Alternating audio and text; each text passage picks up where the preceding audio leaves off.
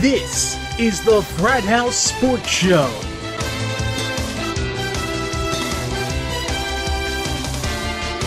And now, for this week's completely different and often humorous take on everything sports, here are Frat House Mike, Uncle Mark, and Sidekick. Welcome back to the Frat House, where we're coming to you, we're about midpoint way through the month of August. And, well, listen, while it still is summer, you know, there's kind of that tinge in the air, guys. You know, the sun is in a slightly different direction, shadows getting a little longer. Even some colors are changing here and there, depending on what trees you're looking at. It's a weird sort of feeling. Nights are a little crisper, colder, all pointing toward... Well, we know what it is. We know what season it is. It isn't called autumn. It's called football season. It's pumpkin season. It's football season. Pumpkin. It's football season. We got week 3. Pumpkin. Yeah, you and your pumpkin. We got week 3 of preseason football going on, starting this evening, going right through the weekend. We've got week 4 next week. At this time, all the games played on Thursday evening. We got college football kicking up next weekend completely. Oh, I'm looking forward to that one. And we even got a little college football talk in the mix tonight. And there you have it. I mean, it's football season. That's where we're at. But you know something? Another sign that autumn is right here, right now, just around the corner, here at the Frat House. When we approach the Frat House Sports Fantasy Football Draft Party coming up on Sunday. Yes, it is. Oh, yes. I think you just became my personal hero. Yeah. You ready? Everybody ready? Huh, Coach? Yeah, I'm ready. I'm ready. And you know what? Having a bad draft is worse than having a poop stained underpants. Oh, no! To do the right thing. You know, pick them right. You know what I'm saying? Don't pick them wrong. That can be a mess. Yeah, you taking that advice there, Psychic?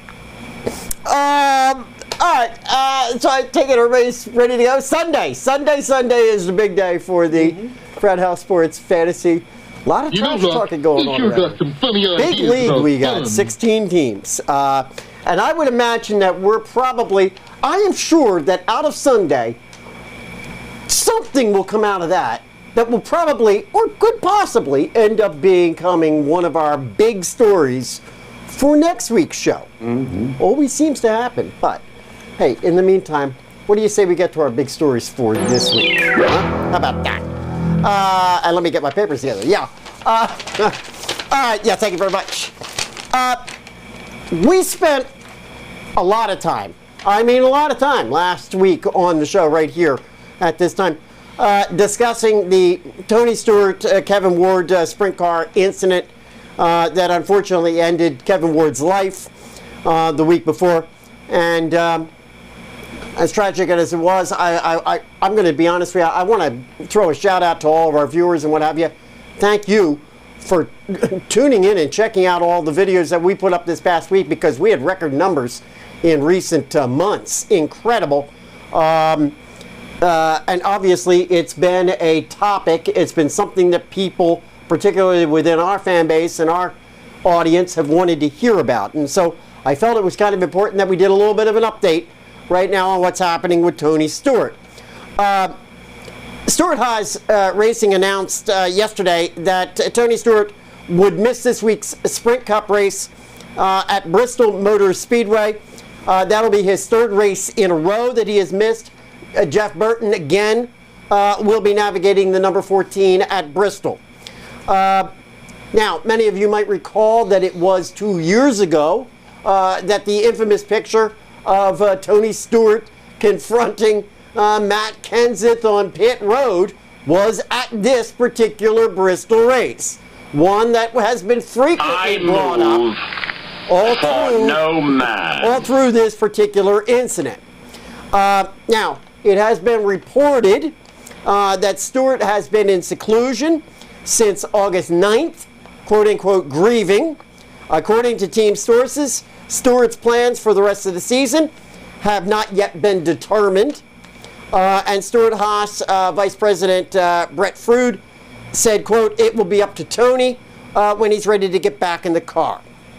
All right. We discussed this possibility last week, and it was suggested that if Stewart did not run in Bristol, that it might be an indication of something more serious. Sidekick, I want to start it with you because you actually brought up the possibility last week that you said we may not see Stewart behind the wheel of a NASCAR car again the rest of this season. Right. What's your thinking at this point right now? I think this came as a little bit of a surprise. Again, one more time, to many of us thinking that, okay, Bristol, yeah, look, the guy's in a chase race. There aren't too many races left. Yeah. Well, here's there's been a lot of rumors floating around on the internet that saying, Tony's just kind of biding his time until the investigation is over and stuff like that. And I say I think that's a lot of hogwash and BS. And, in recent weeks, I've been a little fed up with the media and the way they act. But here's the thing. No one has talked to Tony. You see reports. Yeah. He's not talked to any other drivers.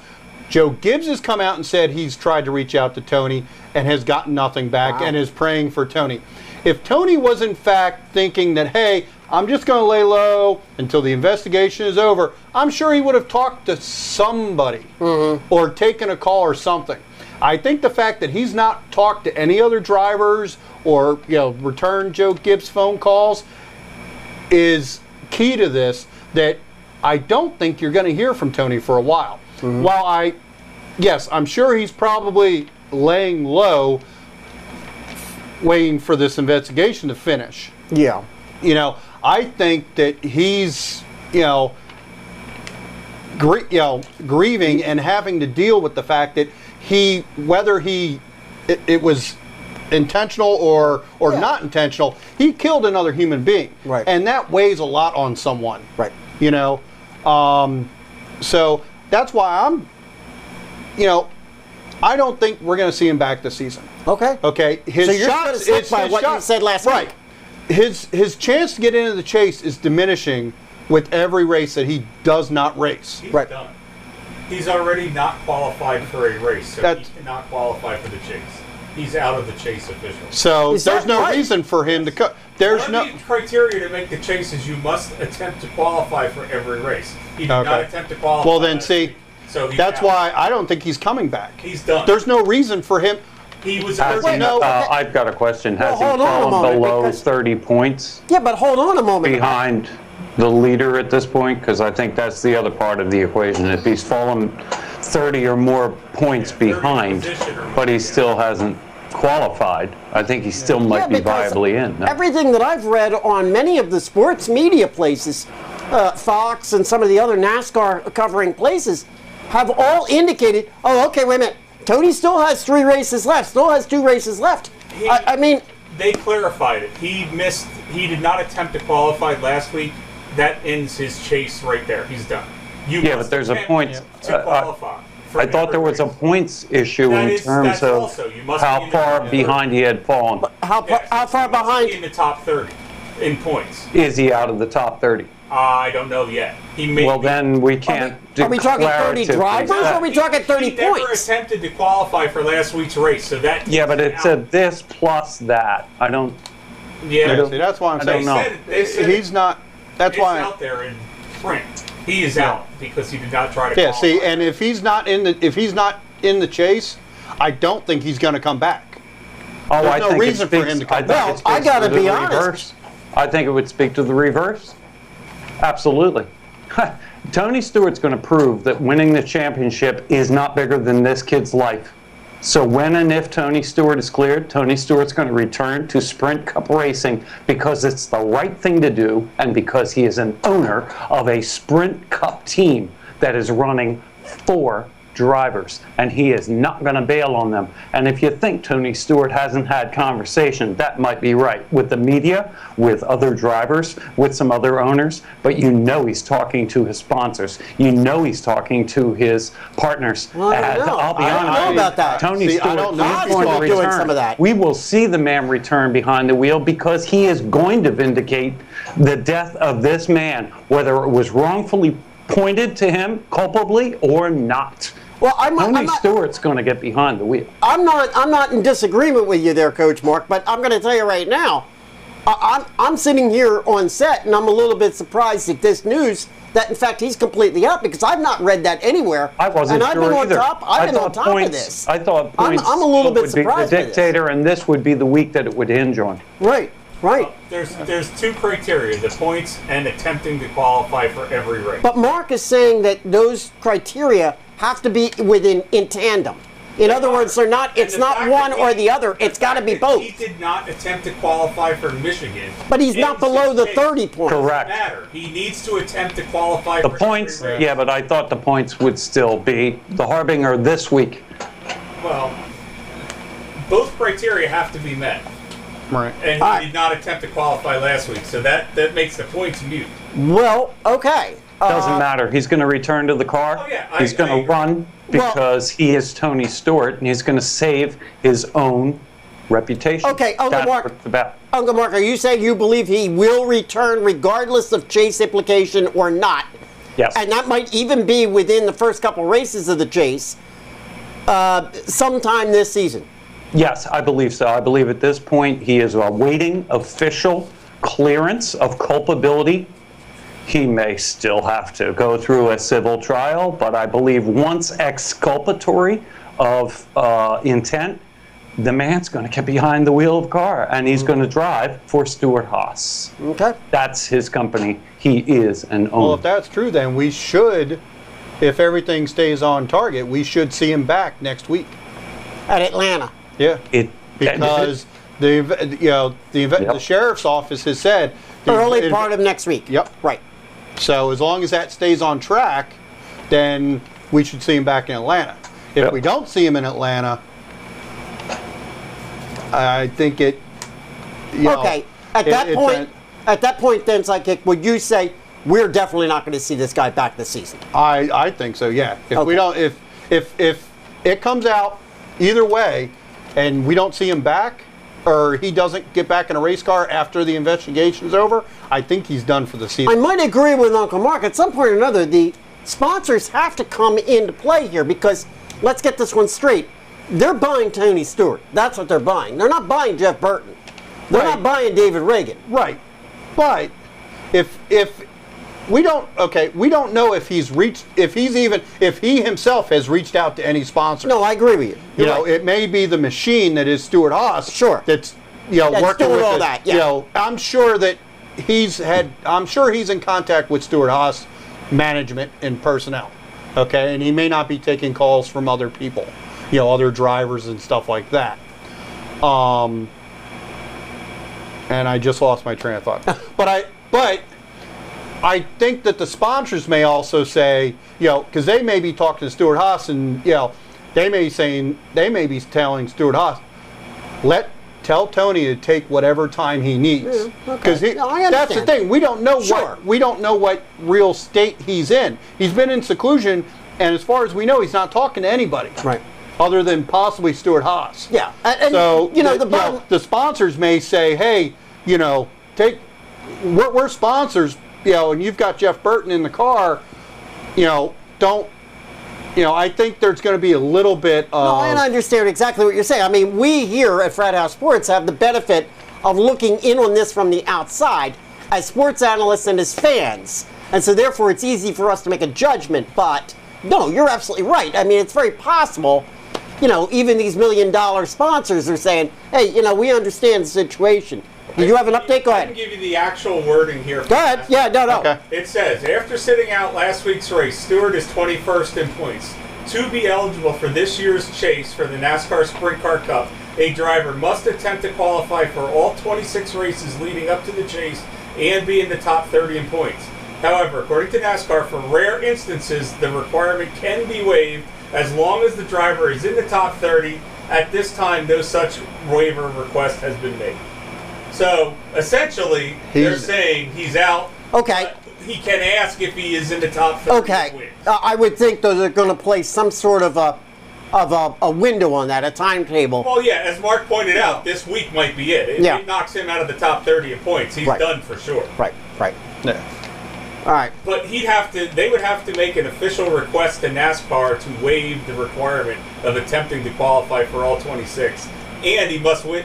The only way it matters is if he wins a race and he stays in the top 30. Right, sure. Yeah.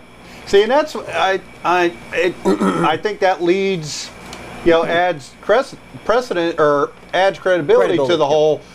We may not see him back because he hasn't even requested. They haven't even. It may not become relevant unless he wins. Because we've only, how many races do we have left before the chase? Well, no, I understand. You're absolutely right. Two after this week. Only two. Right. That's it. Yeah. So. And provided he stays, maybe he can climb back into the top 30 if he wins. I don't know. Right. Depends how bad he falls this week. All right. That's why. Okay. Well, there's our. I think he's out for the. Well, I have a funny feeling we're going to be opening up the show next week, talking about Tony Stewart again. That'll be 3 weeks in a row.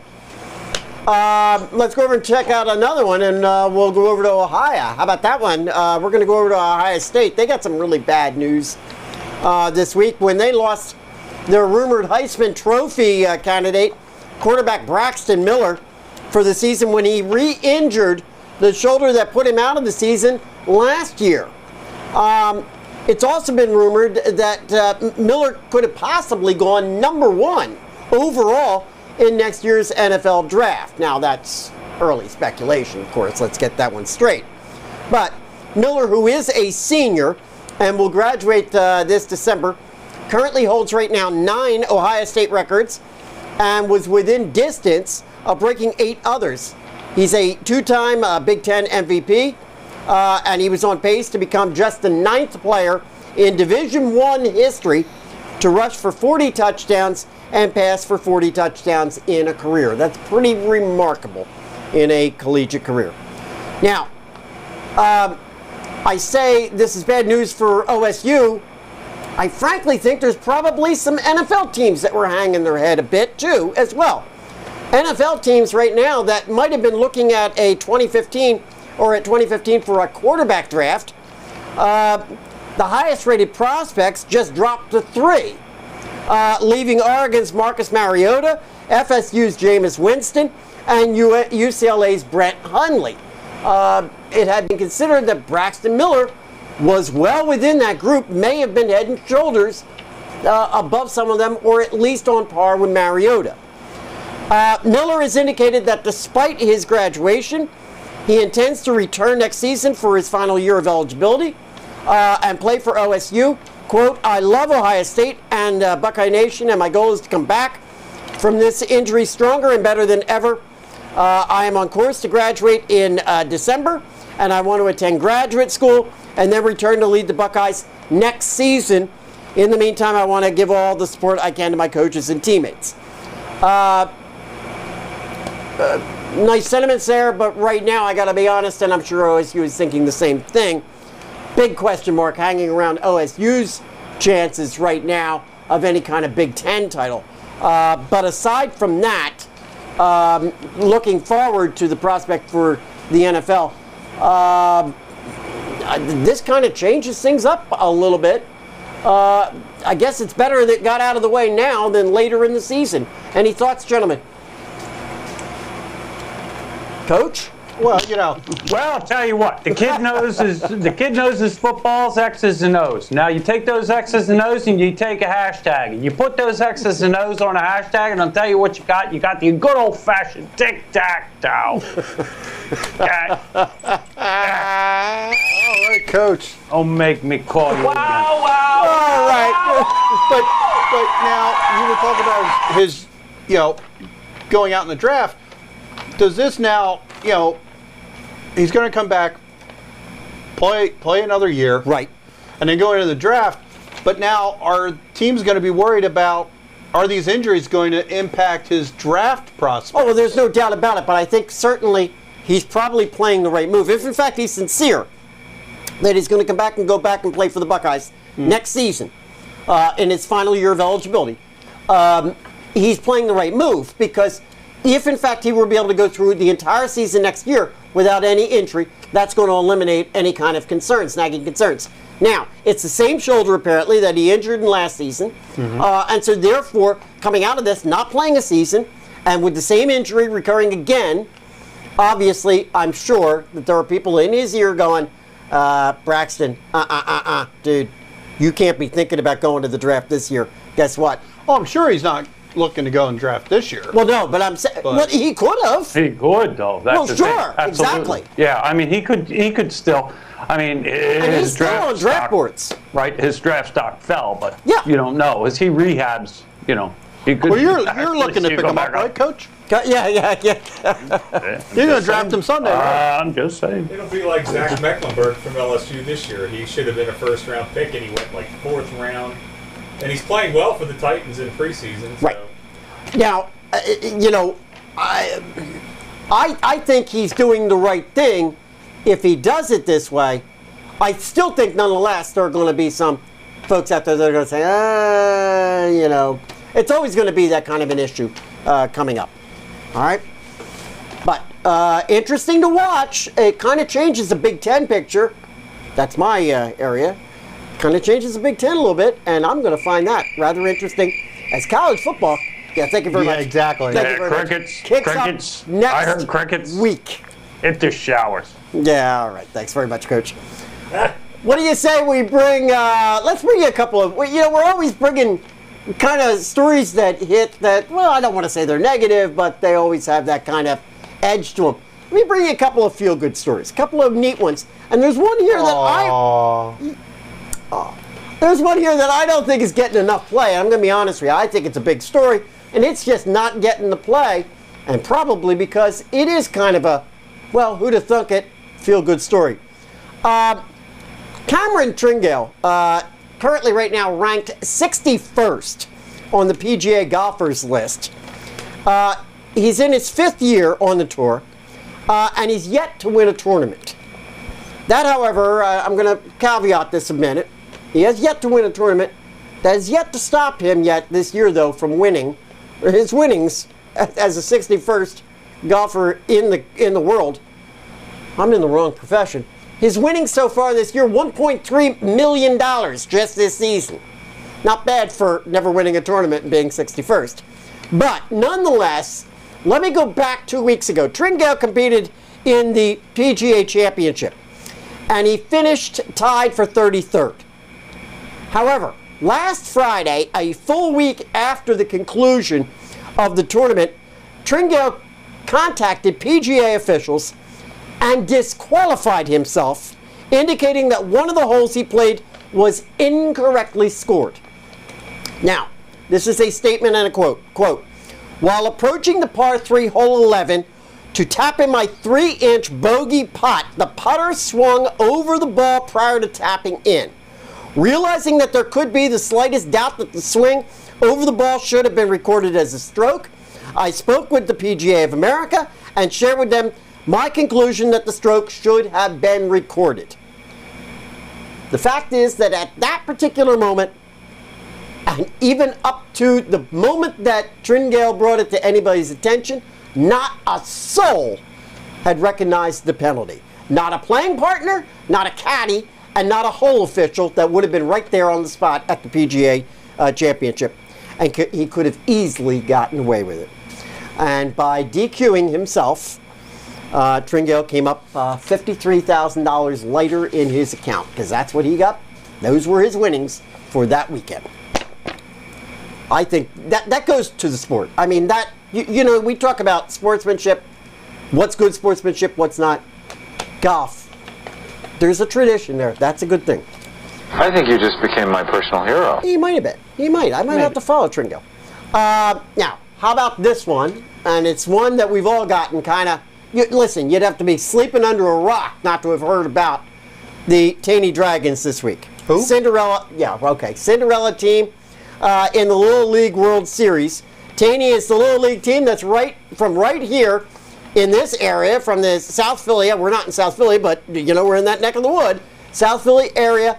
And while the overachieving 12 and 13-year-olds have certainly galvanized an enormous Philly area audience that, well, let's get it straight, they all just learned about them themselves. it seems they've kind of generated a following nationwide. Led by 13-year-old female 70-mile-an-hour pitcher and outfielder Monet Davis, whose maturity and calm and cool demeanor is well above her age. The team was actually given absolutely no chance of even getting out of, I guess, what would have been considered round one in Williamsport.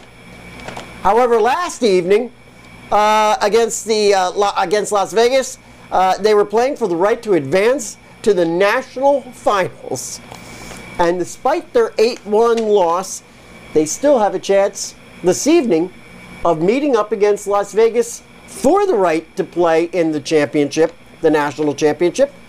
They'll be playing Chicago, and are we going here? It is now going. What is it? 2-0.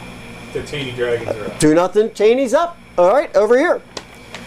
Regardless of how this ends up, I must be honest. Everybody was all over this story.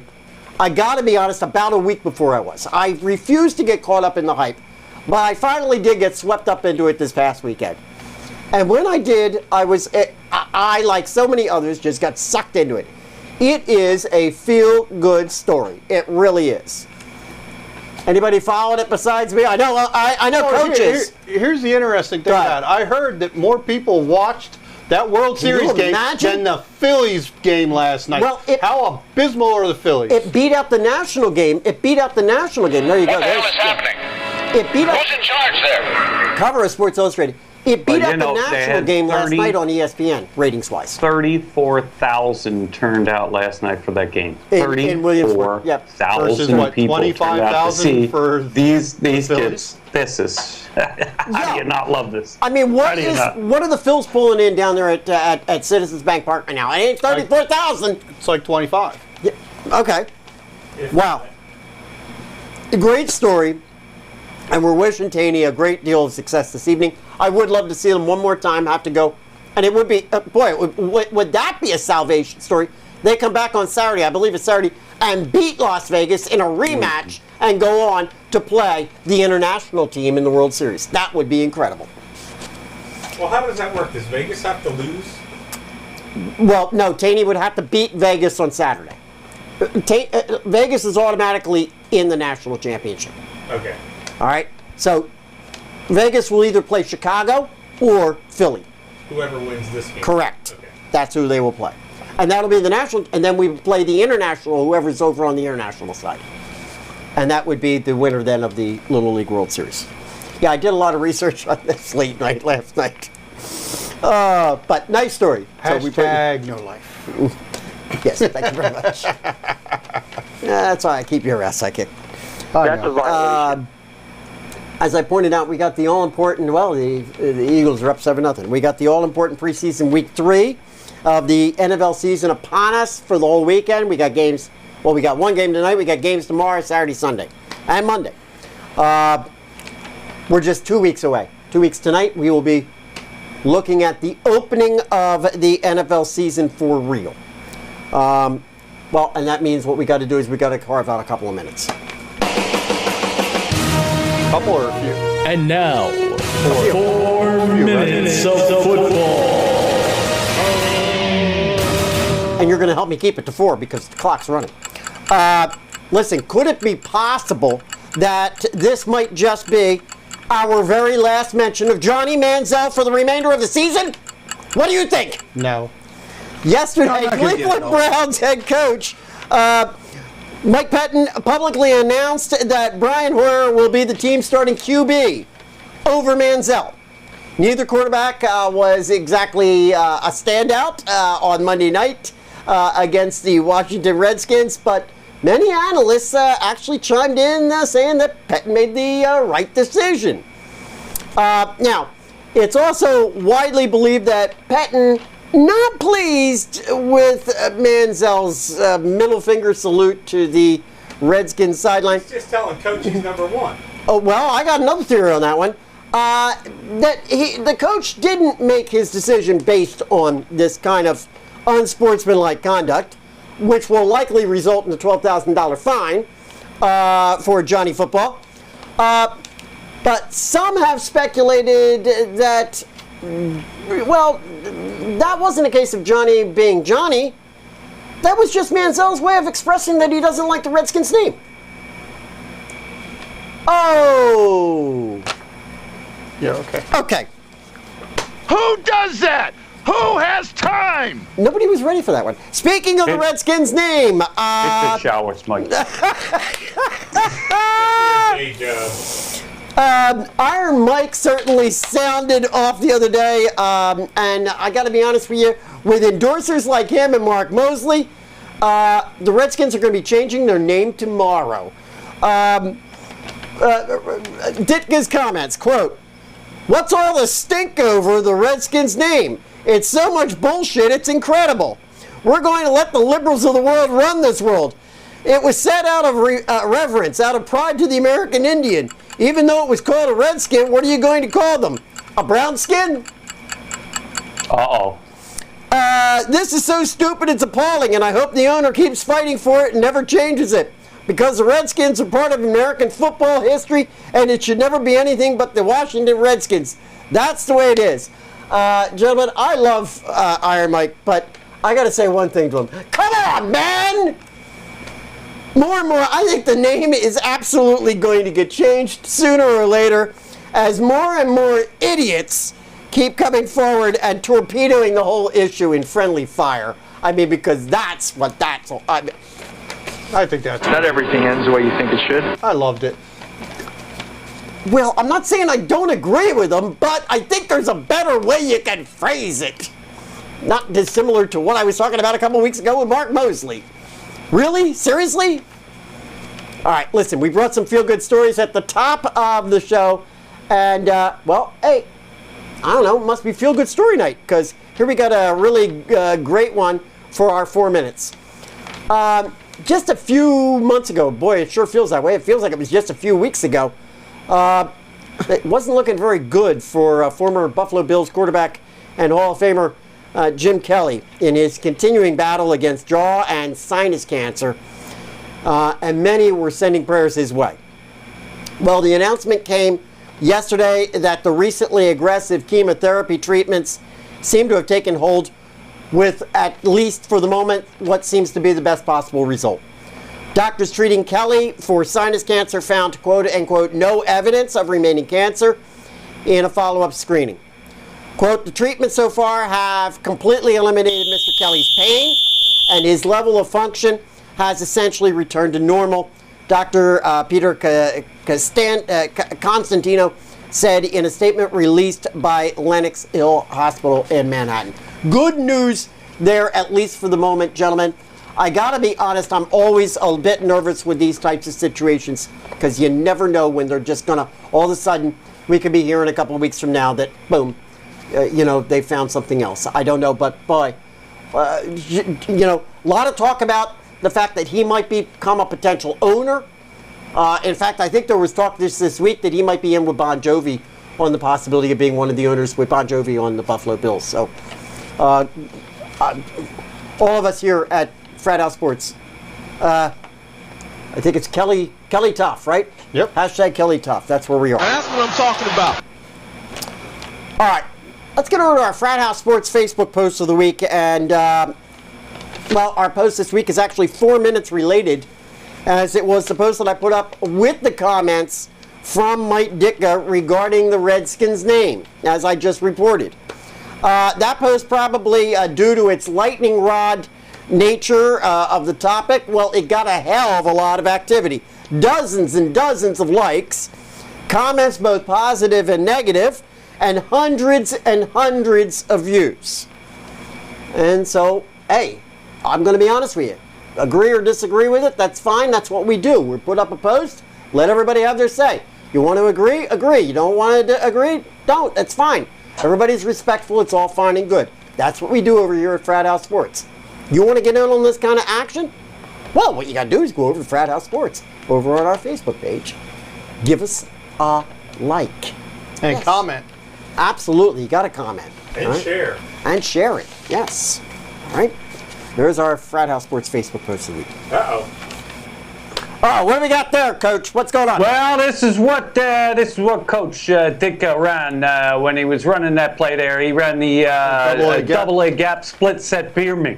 Oh, really? Okay. Now, this is a winning play, and this is what you want to use. For instance, I'm going to have to use this, because I got a big defense getting cold beers with you and Sammy, Frat House, Mike, this weekend. So I'm going to have to run this to get to the refrigerator to get some cold beers. Yeah, you mean for the draft. But, this is what we love about Ditka. He used to draw this in the dirt. Stay thirsty, my friend. Yeah, exactly. Yeah, right. Get them guys. Yeah, right. That's a winning play. Before they would do laps and that. Yeah, that's Gruden approved, is it?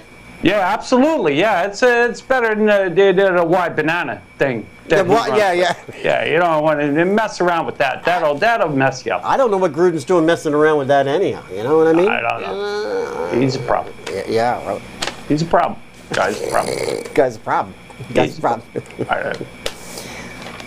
We got just about 5, maybe 6 weeks remaining in the Major League Baseball season. And that means we have to get through our weekly segment brought to you by CLW83.com. All kinds of programming going on over there, and our good buddies Jim and Carl supporting us. We got a couple of guys. You guys are over there in their football league, their fantasy league.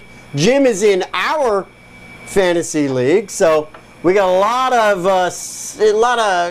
going back and forth on this, and I'm sure it'll get very pleasant this year, right from the start. This should be a lot of fun. This should be a lot of fun. But thank you guys for supporting us here at Frat House Sports, and we'll continue to do so for you guys as well. And while they do some great programming, including Jim's Touch 'em All program, I think he just released a new one. Make no mistake, Frat House Sports is the only one that brings you some screwy stories. It's time again for Frat House Mike's Screwball Stories.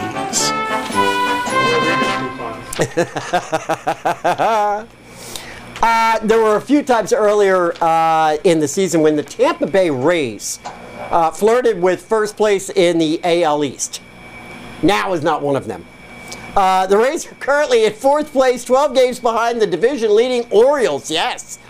Nonetheless, when New York Yankees' Derek Jeter made his stop in Tampa Bay the other evening, and mind you, it's not even his final visit on his farewell tour, Rays manager Joe Maddon took exception to the crowd's embrace of Jeter.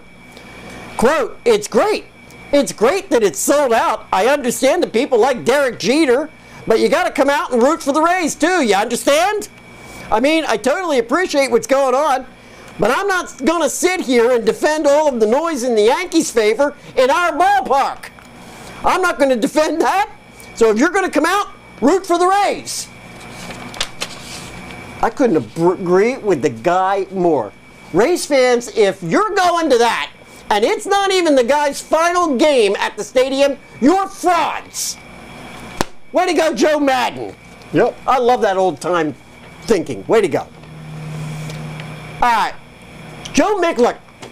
Yeah, I got to tell you, I knew the name. I remember when the guy used to play, believe it or not. And many of you are probably sitting there going, yeah, that name does sound familiar. Well, he's got himself a little bit of a career. Yeah, he's been jumping all over the minor leagues. He's currently right now the manager of the Single A. Yeah, he's a Single A manager of the Myrtle Beach Pelicans, affiliated with the Texas Rangers. He's also believe it or not, one of the winningest minor league managers. He's also one of the most mercurial. Unfortunately, we do not have the video, but you can find it over on YouTube, and you must. When Mikulik the other evening went ballistic on home plate umpire during a Single A game. He ended up dusting up home plate. He demonstrated a slide for the umpire into home, not once, but twice, and then ultimately disrobed, removing his shoes and uniform and covering them on home plate before exiting. It was positively awesome. It has been reported that Mikulik's checkered and kind of spotty managerial record, well, it's precisely because of his old school kind of antics here with umpires and officials. And that people really don't want to see that sort of thing anymore in baseball. I don't know. I guess you have to throw me into old school because I loved it. I thought it was someone who can help you. Exactly. Yeah, we need Mike Ditka on this. Mike, what do you think? Coach? Absolutely. No, that guy, I loved it. I loved it. I loved what I saw there. That guy, he gets all my thumbs up this week. All your thumbs, huh? All my thumbs. Let's talk about another mercurial manager. How about Minnesota Twins Ron Gardenhire? Now, we don't hear about him much over here in this area because, well, number one, it is the Minnesota Twins. And number two, we're, well, not exactly our market. But he might just be right now the most active manager with the most ejections in Major League Baseball. And he was at it again the other evening when Gardenhire was ejected from Monday night's game after indicating that he did not believe that a foul tip strike three to Joe Mauer was a foul tip strike three. Rather, he believed, as did Mauer, that the ball hit the dirt before bouncing up into the catcher's glove. Now, to solve the controversy, Gardenhire calmly told the crew chief, Fielden Culbreth, that there was one way to be certain. Check the ball to see if there was dirt on it. That's all he said. Check the ball. No nasty language, no insults, no four-letter words. Just check the ball. Well, you guessed it. Gardenhire was rung up and ejected. Well, maybe the refs thought he said, check your balls. You know, I mean, come on, There is no two ways around it. That's exactly what happened in that play. There is, you can see it. You can see it. It's it. Absolutely, you're absolutely right. You got film on this, Coach? All you have to do, you check it, and you can see his mouth going, and he says, "Check your balls. Check your balls. Check your balls." And evidently, they did. They checked them before they took the field. Wow. Yeah. You got dirty balls. There was a scuff on it. What? Mike Holmgren with a beard. I think he looks like Ken Hitchcock. Oh, God. I think he looks like he's saying, "Check your balls." That's a, yeah, right. Now, There might be some dirt on him. I think we need to get this for this He should have run this play. Right there. I told him what to do. Right. You know, but hey, what? I might as well talk to you know what I mean, the house plan. Well, they're baseball players. They don't know nothing. Yeah. We need Ditka again. Okay, we're going to give you one extra one tonight on our Screwy Stories because this one is just too good. And frankly, well, they couldn't write a script that would work this one. I mean, this couldn't be done in a comedy movie. How abysmal are these guys? And it happened the other evening at Wrigley Field in a game between the Cubs and the San Francisco Giants when a sudden downpour quickly brought the ground crew out to bring out the tarp. It quickly turned into a complete disaster. The tarp was applied to the field completely wrong, so crooked and off-center that all of the entire third baseline and some of home plate were exposed during the monsoon. They couldn't pull it any further than that. That's as far as they could go with it. After many, many minutes, they attempted to adjust it with no luck or success. Finally, they were forced to redo the entire thing. They pulled it back, only to bring it all the while, it is just pouring rain, Midwest rain coming down.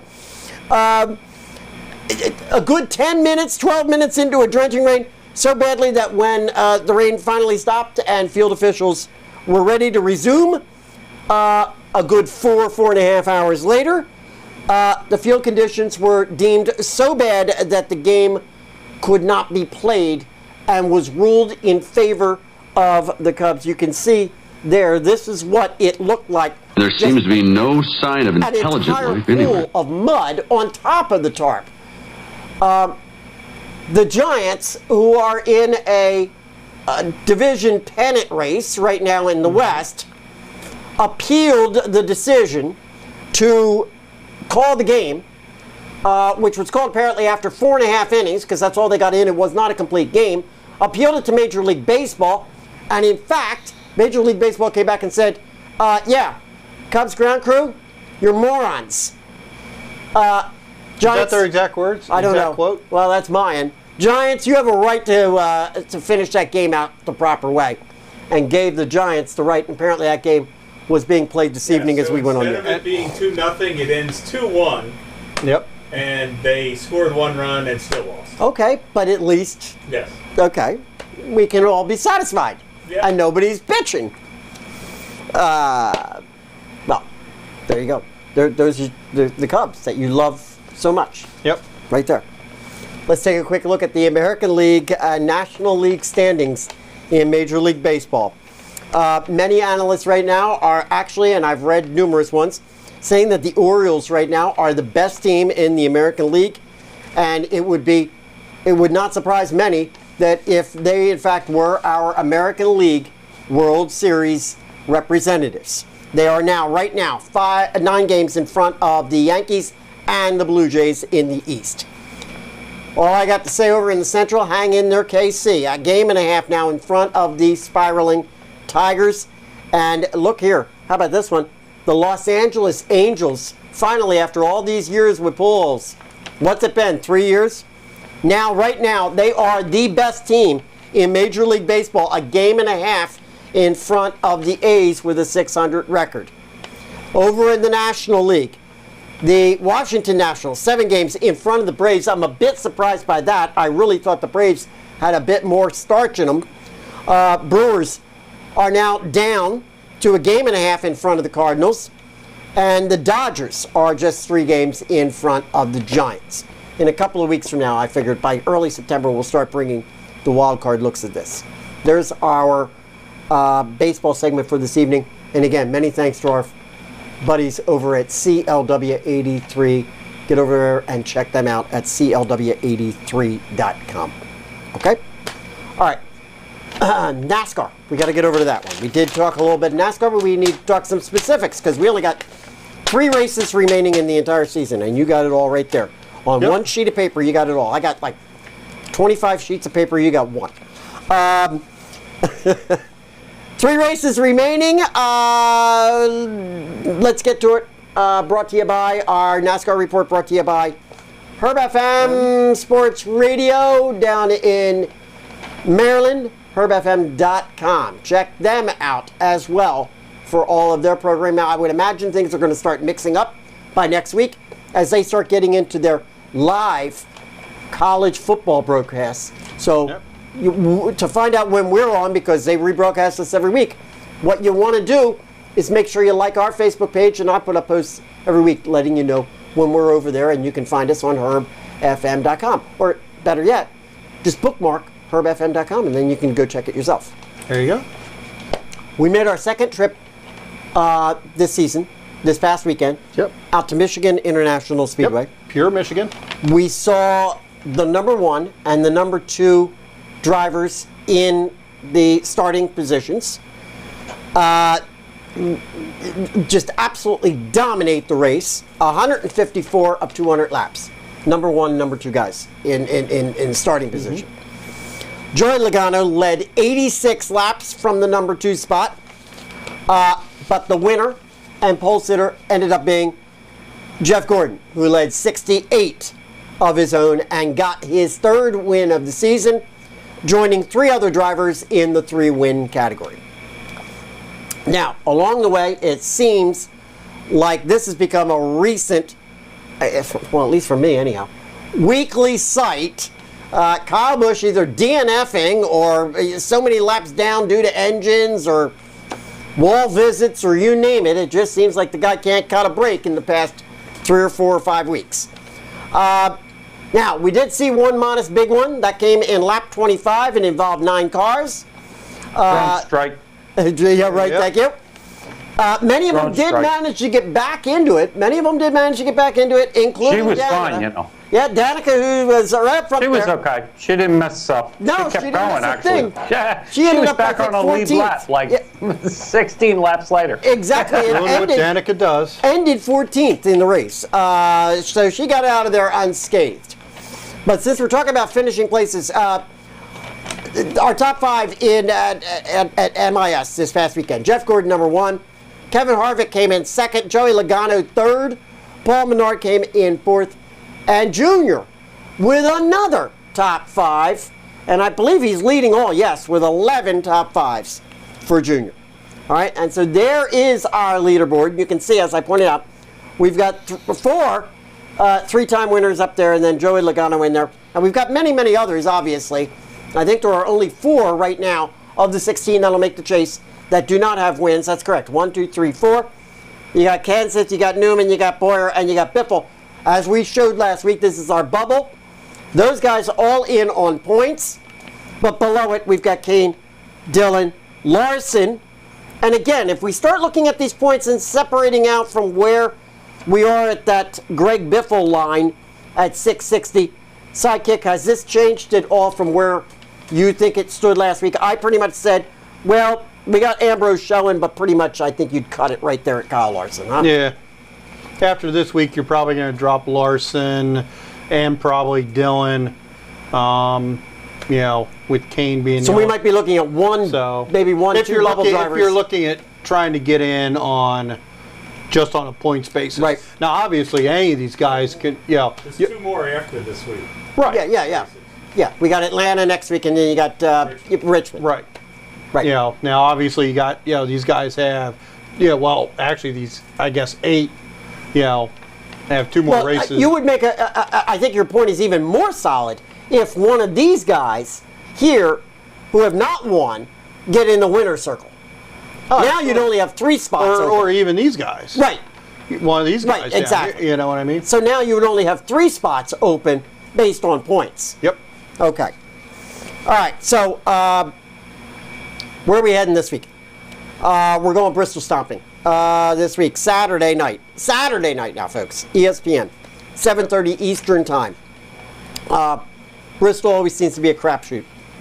Sidekick. So, give us your best fantasy. Well,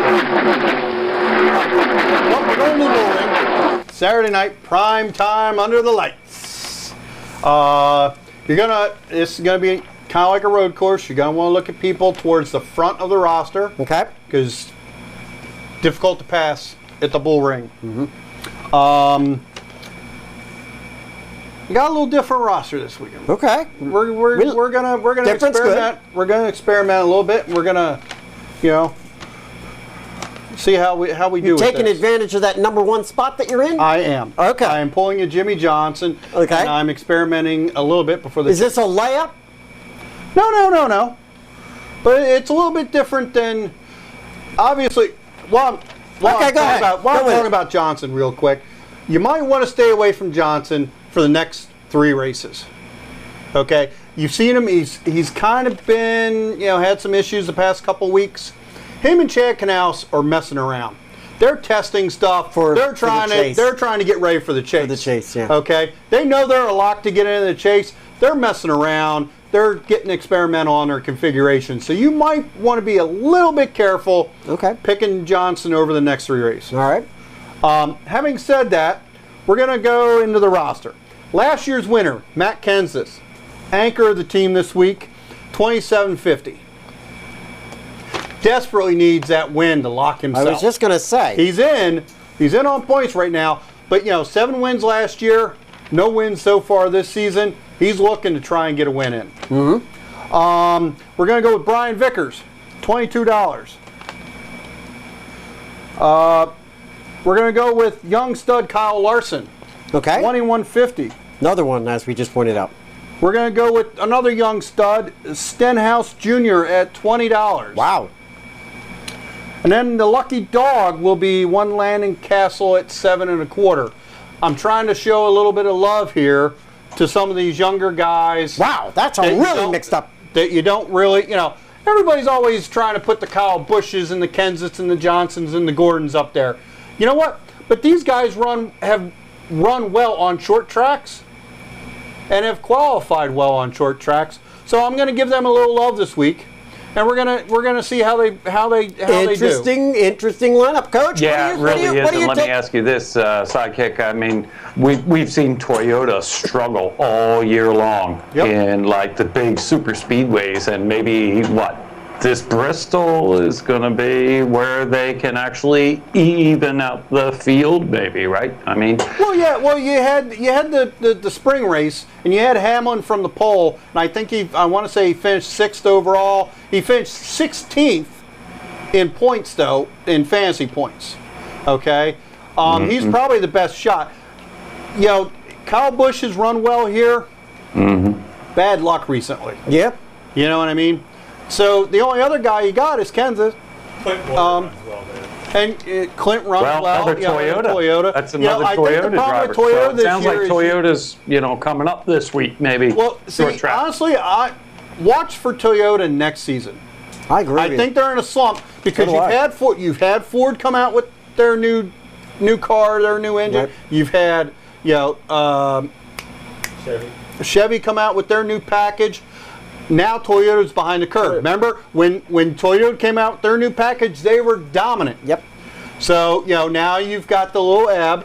There, you keep hearing about they're coming out with a new engine. Yep. So, expect to see. Well, and I had the article up over on Facebook, over on our Facebook page this week, where you had Denny Hamlin coming out saying that these cars are running 50 horsepower below what they were before. Toyota's coming out denying it, but at the same time they're going, but we got improvements coming. So, they claim they want to be competitive, and we're getting into playoff time, boys. What are we doing here? But I think Sidekick's saying look for it's X's and O's, it's hashtags, it's tic-tac. I think got Carl Edwards. I think Sidekick's though saying that Toyota, if you're going to look for improvements, it's going to be next season. Yeah. Wouldn't be in time for the chase. No. Anything before the chase is just going to be tinkering. Yeah. And that's going to be They've got to run. They've got to run. They're in the chase. I mean, you can't even say, well, look for next. Yeah, but I'm just saying, they're in the chase. We have chase drivers. Yeah, you're not going to see it from Toyota Racing Development. Yeah, you won't see it. It's going to be coming team by team. Yeah. Yeah, you'll see it next year. So. All right, talking fantasy real quick. Let's go take a look at that Frat House Sports Fantasy League standings. And as I was just pointing out, taking a leap there with that unique roster. You got 20, what are you right now? 20, looks like 27 points ahead of the nearest one. Brandon's down there in third, and your regular team down there in tied for fifth with Bill. Picked up that win? Yep. Yes, last you did. Week. Yes, you did. Shot back up.